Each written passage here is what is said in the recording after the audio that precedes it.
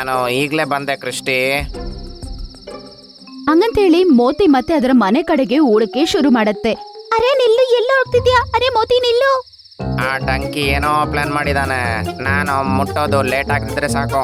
ಹಂಗಂತ ಹೇಳಿ ಅದು ಇನ್ನು ವೇಗವಾಗಿ ಓಡಕ್ಕೆ ಶುರು ಮಾಡ್ಬಿಡತ್ತೆ. ಒಂದು 5-10 ನಿಮಿಷದಲ್ಲೇ ಅದು ವೇಗವಾಗಿ ಅದರ ಮನೆ ಹೋಗಿ ಸೇರ್ಕೊಳತ್ತೆ.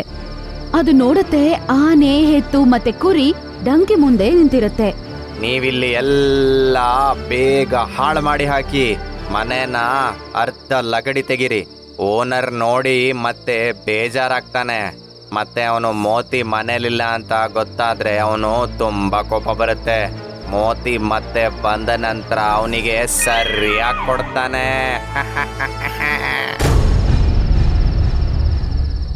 ಆಗ ಮೋತಿ ಅಲ್ಲಿಗೆ ಬರತ್ತೆ ಮತ್ತೆ ಹೀಗನ್ನತ್ತೆ. ಹಾಗೆ ಏನೂ ಆಗಲ್ಲ, ಮೋತಿ ಅವನ ಕೆಲ್ಸನ ಮಾಡೋದು ಗೊತ್ತಿದೆ ಅವನಿಗೆ. ಹಂಗಂತೇಳಿ ಈಗ ಅದು ಜೋರಾಗಿ ಕಿರ್ಚಕ್ಕೆ ಶುರು ಮಾಡತ್ತೆ. ಅರೆ ಅರೆ ಓಡ್ರೋ ಓಡ್ರೋ. ಆಗ ಡೋಬಿ ಎದ್ದೇಳ್ತಾನೆ. ಅರೆ ಇಷ್ಟು ಪ್ರಾಣಿಲ.